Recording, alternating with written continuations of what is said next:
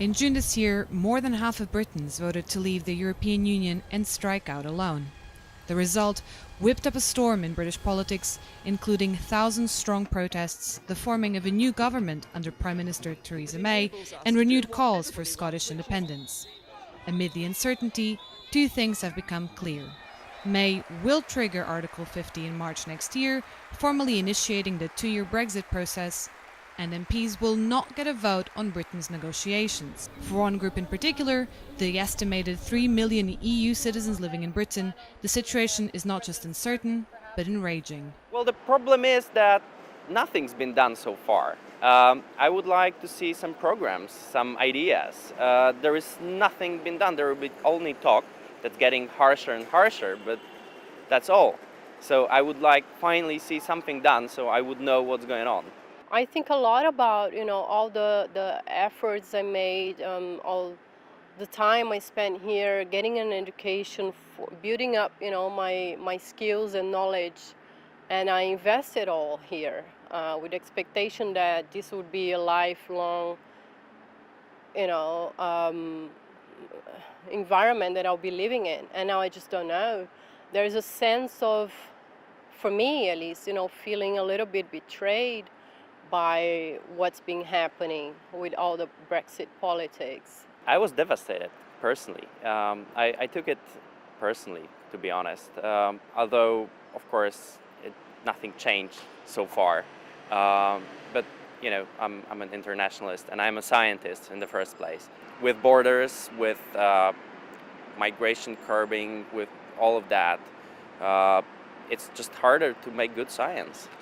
For these Europeans, until the British government names its terms, Brexit spells nothing but fear, anxiety, and a lot of niggling questions about the future. My partner was in a state of shock for a couple of days. She started thinking, "Oh, we have to move. We have to," and I have to keep telling her, "Calm. This is 2 years. We don't know what is going to happen. At least 2 years." But it's more a question of now you don't feel unwelcome here.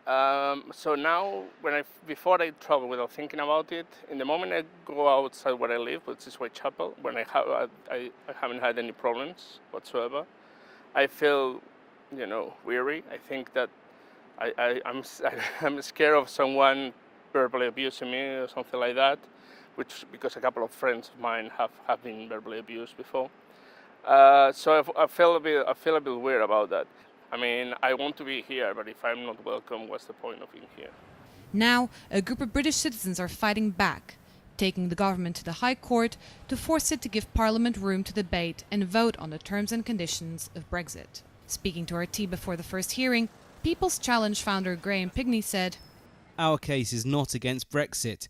It's about ensuring the parliamentary sovereignty is maintained and not usurped by Theresa May and her government. Nobody in the government is speaking up for those who voted to remain, nor for the rest of the UK population, many of whom did not even have a chance to vote. We're making the case in court for the UK sovereign parliament to make the decisions and to give the government a mandate on the how, when and under what conditions Article 50 will be triggered." European citizens in Britain agree. We are living here in a parliamentary regime, which means that normally, if that means anything nowadays, they should be having a decision ratified by the Parliament. Are they going to go through that? At the moment, I haven't got a clue. My only concern is that, remember, we have non-elected people in power. So at least that should hopefully give us the opportunity to make some reform. I still think the Parliament has to follow what the people has voted, even if I don't like it. But I think it has to have some kind of say, the Parliament. It cannot go only through the Prime Minister, because that's killing one part of the legislative system. So I think it's based in accountability that it has to be done. And if not, we are moving more towards a dictatorship in which the Prime Minister do whatever he wants without consulting the Parliament. Theresa May and her cabinet insist their word is final. Brexit means Brexit, and her government will set the terms. It seems increasingly clear, however, that those with potentially the most to lose from Britain leaving the EU won't be silenced.